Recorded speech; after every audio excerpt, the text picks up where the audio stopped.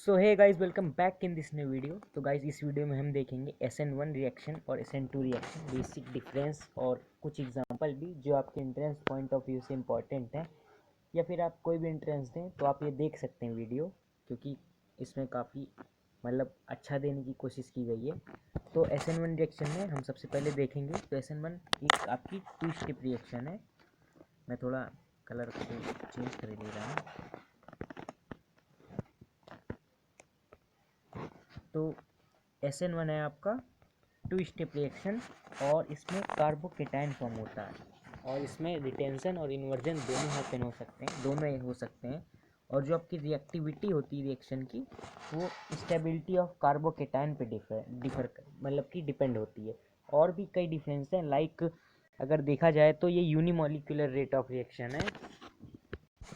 Like retention क्या होता है, रिटेंशन और इमर्जन दोनों होते हैं। रिटेंशन यानी सेम साइड से अटैक करें, यानी फॉरवर्ड डायरेक्शन से, और इन्वर्जन यानी बैकवर्ड, यानी दुश्मन पीछे से वार कर रहा है। ठीक है, फिर ये यूनिमॉलिक्यूलर है, यहाँ पे मैंने लिख दिया है। तो यूनिमॉलिक्यूलर में आपका क्या होता है, जो रेट ऑफ रिएक्शन होती है वे कंसंट्रेशन ऑफ वन रिएक्टेंट, यानी केवल जो आपके रिएक्टेंट होते हैं। मान लीजिए कोई रिएक्शन हम लेंगे आगे, तो A+B=C+D है, तो उसमें जो आपकी रिएक्टेंट हैं वो लेफ्ट साइड वाले हैं, यानी A+B आपके रिएक्टेंट हो गए, और प्रोडक्ट यानी C+D। तो केवल रिएक्टेंट में भी केवल एक पी कंसंट्रेशन पे डिपेंड करेगा, किसकी, रिएक्टिव यूनिमॉलिक्यूलर में। ठीक है, यूनिमॉलिक्यूलर ये होता है। आई थिंक आपको क्लियर होगा। और रेसमाइजेशन मतलब D equimolar of D and L. D क्या होता है, डेक्स्ट्रो रोटेटरी, और एल होता है लीवो रोटेटरी। ठीक है, तो इतना आई थिंक आपको समझ में आया होगा। तो गाइस देख सकते हैं आप यहाँ पे ये रिएक्शन दी हुई है। ये R1 R2 R3 आपके एल्काइल ग्रुप हैं, यानी CH3 ले लें आप, या C2H5, जो भी मन करे आपका, C3H8, और X आपका हैलाइड है। हैलाइड में कोई भी ClBrI जो आपको मनपसंद हो, तो इसमें कोई न्यूक्लियोफाइल ऐड करते हैं। तो ये भी एक न्यूक्लियोफाइल है, क्लोरीन भी न्यूक्लियोफाइल है एज अ न्यूक्लियस लवर। ठीक है, तो ये अटैक करेगा, और ये स्ट्रॉन्ग न्यूक्लियोफाइल है, इससे मान लीजिए, तो इसे रिप्लेस कर देगा। अब आप समझ रहे होंगे SN1 में क्या मतलब, तो मैं आपको आगे और अच्छे से समझाने की कोशिश करता हूँ। तो देख सकते हैं यहाँ पे लिखा हुआ है, इस स्टेप वाइज मैकेनिज्म में जो लीविंग ग्रुप है, वो लीविंग ग्रुप लीव होता है, यानी कि जो आपका लीविंग ग्रुप है वो छूटता है और एक कार्बोकेटाइन फॉर्म करता है, और ये रेट डिटरमाइनिंग स्टेप है। और सेकेंड स्टेप में आपका क्या होता है, 2 स्टेप रिएक्शन है, चूँकि SN1 2 स्टेप और SN2 1 स्टेप, आगे बताएंगे। और तो सेकेंड स्टेप में आपका न्यूक्लियोफाइल कार्बोकेटाइन को अटैक करता है और आपका सब्स्टिट्यूशन प्रोडक्ट बना देता है। ठीक है, और इम्पॉर्टेंट यहाँ पे ये है, न्यूक्लियोफाइल दोनों फेस से अटैक कर सकते हैं, यानी आगे से भी पीछे भी, यानी जो मैंने आपको बताया था इन्वर्जन और रिटेंशन, तो वही है। और आगे आप देख सकते हैं ऐसे, तो ये आप देख सकते हैं जैसे हमारा ये एल्किल हैलाइड इन्होंने भी लिया है, मतलब इस पिक्चर में भी। और इस पे मान लीजिए ये पहली बार लॉस ऑफ लिविंग इलेक्ट्रॉन हुआ, लिविंग ग्रुप, यानी इलेक्ट्रॉन उसने लीव कर दिया, यानी उसने ग्रुप ही लीव कर दिया, पूरा ग्रुप लीव किया, तो ये अलग हो गया। ये आपका BR देख सकते हैं आप, ये तो अलग हो गया ये। और फिर इस पर हमने मान लीजिए कोई H2O, यानी कोई H2O हमने न्यूक्लियोफाइल ऐड किया। अब न्यूक्लियोफाइल ऐड किया तो वो दोनों तरफ से अटैक कर सकता है। अब दोनों तरफ से कैसे, मतलब एक इधर से या फिर इधर से, जिधर से उसका मन करे उधर से कर सकता है, दोनों तरफ से भी, यानी इन्वर्जन और रिटेंशन दोनों टेक्स प्लेस करेंगे, दोनों ही जगह लेंगे। और फिर मान लीजिए आपका ये बना, और फिर आपका इन दोनों में से कोई भी प्रोडक्ट बन सकते हैं, यानी दोनों ही प्रोडक्ट बन सकते हैं। और फिर स्टेप 3 जो आपकी होती है वो डीप्रोटोनेशन, एक तरह से 2 ही स्टेप में होती है, पर ये तीसरा स्टेप एक एक्सेप्शन की तरह आप ले लीजिए। तो ये देखिए लास्ट में यहाँ पे लिखा भी हुआ है, part A gives inversion, part B give retention. और पार्ट 1 में क्या होता है कि डीप्रोटोनेशन, यानी प्रोटॉन वो लीव कर देता है, इलेक्ट्रॉन एक्सेप्ट हो जाता है एक तरह से, यानी CH3 आपका क्या है, इलेक्ट्रॉन लिविंग ग्रुप है, इलेक्ट्रॉन डोनेटिंग ग्रुप। ठीक है, EDG। अब EDG आप सोचेंगे इलेक्ट्रॉन डोनेटिंग ग्रुप क्या है, तो उसके लिए GOC का जल्दी हम लोग लेक्चर लाने की कोशिश करेंगे। तो GOC के मैं अपने खुद के हैंड रिटेन नोट्स के ऊपर बनाऊंगा वो, तो उसमें आपको पूरी तरह और क्लियर हो जाएगा। फिर उसके बाद अगर आप ये वीडियो देखेंगे तो जल्दी वो वाली भी आएगी। तो इससे हमने H+ बस अभी के लिए इतना मोटा मोटा समझ लीजिए, डीप्रोटोनेशन मतलब H+ का रिमूवल, और इसने जो प्लेस आपका हैलाइड ले रहा था वही प्लेस अब आपका OH ले रहा है। ठीक है, डीप्रोटोनेशन यानी H2O से H हट गया, और ये आपका अब जो प्लेस कार्बन, क्योंकि EDG इलेक्ट्रॉन डोनेटिंग ग्रुप बहुत अच्छा EDG है माना जाता है इन कंपैरिजन टू हाइड्रोजन।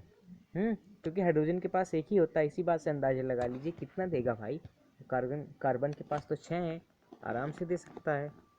ठीक है, और ऐसे ही पार्ट 1, ये पार्ट 1 अगर आप देखेंगे तो ये इन्वर्जन, और पार्ट B तो रिटेंशन। आई थिंक इतना आपको क्लियरली समझ में आ गया होगा, नहीं आया तो आप कमेंट कर दीजिएगा। तो जहाँ भी आपको दिक्कत होगी वो देख के फिर अगले वीडियो में ट्राई करेंगे। तो गाइस आप देखेंगे SN2 रिएक्शन आपकी क्या है, तो ये 1 स्टेप रिएक्शन है। जैसा कि आप इस तरह उल्टा याद रखिएगा कि अगर 1 है तो 2 स्टेप। अब आप इसमें से सोचेंगे क्वेश्चन कैसे पूछे जाएंगे, तो आपके एंट्रेंस में ऐसे क्वेश्चन और डिफरेंस से ही पूछ लिए जाए, पूछे भी गए हैं कि in which of the following only inversion take place, तो नीचे दिया रहेगा SN1 SN2 पूछा भी गया है, 2020 में आया भी हुआ है क्वेश्चन। तो SN1 SN2 और भी 2 रिएक्शन के नाम देगा, और अगर आपने पढ़ रखा है तो तुरंत आप टिक कर देंगे SN2। हल्का भी कंफ्यूज होना नहीं है आपको, ठीक है, और हिचकिचाना नहीं, आराम से करिएगा। और फिर ऐसे ही, और फिर देखते हैं इसमें इंटरमीडिएट अनस्टेबल होता है। अब अनस्टेबल से आपका क्या मतलब है, यानी इंटरमीडिएट अगर फॉर्म भी होगा तो लेकिन ट्रांजिशन स्टेट फॉर्म हो जाएगी बीच में, तो उस कारण से इंटरमीडिएट आपका जो होगा वो अनस्टेबल होगा। एक तरह से नो इंटरमीडिएट, केवल इन्वर्जन होता है इसमें, और रिएक्टिविटी डिपेंड अपॉन हिंड्रेंस। अब हिंड्रेंस क्या होता है, हिंड्रेंस यानी जो पाथ की हिंडर होती है। ठीक, अब ये बायोमोलिकुलर है, बायोमोलिकुलर आप सोचेंगे क्या होगा, तो जो रेट ऑफ रिएक्शन है वो डिपेंड करती है concentration of both reactant, substrate और न्यूक्लियोफाइल। न्यूक्लियोफाइल यानी जो आपका रहेगा न्यूक्लियोफाइल वो, और सबस्ट्रेट जो जिस पे आप अटैक करवाएंगे। ठीक है, और इसकी रिएक्टिविटी ऑर्डर देखा जाए तो पहले 3rd डिग्री की होती है, फिर 2nd डिग्री की, फिर 1 डिग्री, यानी 3rd डिग्री अगर आप लेते हैं तो मैक्स, फिर उससे कम 2nd डिग्री, और उससे कम 1st डिग्री। तो आई थिंक इतना आपको क्लियरली समझ में आ गया होगा। अब जैसे हम एग्जांपल लेते हैं, फिर से हमने एक टर्सरी एल्किल हैलाइड लिया, एक न्यूक्लियोफाइल ऐड कराया, तो ये आपका बन चुका है। ठीक है, तो गाइस वो गलती से स्लाइड खुल गई थी, वो थी SN1 की, तो उसकी दिक्कत ना लीजिएगा। और फिर ये SN2 में आपका ये न्यूक्लियोफाइल है, ये न्यूक्लियोफाइल है, कोई भी न्यूक्लियोफाइल आप ले रहे हैं, OH मान लीजिए लिया, फिर से यहाँ टर्सरी एल्किल हैलाइड एक तरह से वही है।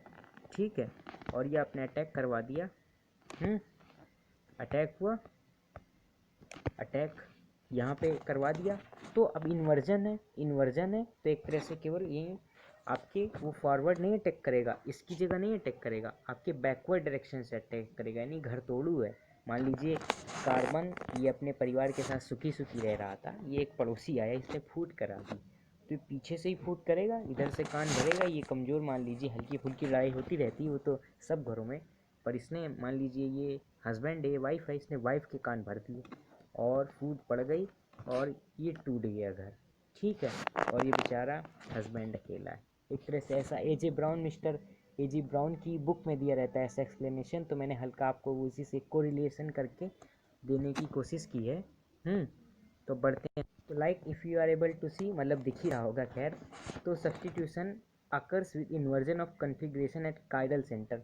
अब जैसे कि आप यहाँ पे टर्शरी एल्किल हैलाइड लिया है, 4 कार्बन का है वो भी, ठीक है, और सोडियम साइनाइड की हमने अटैक करा दिया, अटैक कराया, तो आप वैसे नॉर्मली देखेंगे तो NaBr चला जाएगा, ये CN जुड़ जाएगा। ठीक है, और यही हुआ है, देख लीजिए। और बॉन्ड फॉर्म क्या होता है C2CN का, और बॉन्ड ब्रेक कौन सा होता है C2Br का। तो गाइस बस इतनी सी रिएक्शन, और इन्वर्जन टेक्स प्लेस होता है, इन्वर्जन यानी पीछे से अटैक करेगा वो वाइफ साइड से हस्बैंड को काहे छेड़ेगा, मार खानी नहीं है उसे। ठीक है, तो ऐसे आप समझ सकते हैं। तो ये दिस सब्सटीट्यूशनल रिएक्शन लास्ट में लिखा भी हुआ है। तो गाइस अगर आप स्क्रीनशॉट लेना चाहें तो ऐसे पॉज करके ले लीजिएगा, नहीं आप कहेंगे तो हम अपने टेलीग्राम ग्रुप पे डलवा देंगे नोट्स को, या फिर PDF को, PDF क्या ऐसे ही फॉर्मेट में डलवा देंगे, तो आपको और क्लियरली आ जाएगा समझ में। तो अगर वीडियो पसंद आई हो तो इसे अपना ढेर सारा प्यार दें और मैक्सिमम लोगों तक शेयर कीजिएगा, ठीक है। और तब तक के लिए पढ़ते रहिए, और चैनल सब्सक्राइब ना किया हो तो कर लीजिएगा ऐसे ही और भी वीडियोस के लिए। और अगर आपका कोई साथी एंट्रेंस प्रिपेयर कर रहा हो, BHU AU या कॉमन एप्टीट्यूड टेस्ट का भी तो अभी क्लियर नहीं है पूरी तरह, पर जहाँ तक है कि शायद इस साल नहीं होगा, तो या फिर होता भी है तो भी कोई दिक्कत नहीं, आप पढ़िए। हमारी जिम्मेदारी एक तरह से आप लोगों को बेस्ट प्रोवाइड करना। तो तब तक के लिए पढ़ाई करते रहें। All the very best.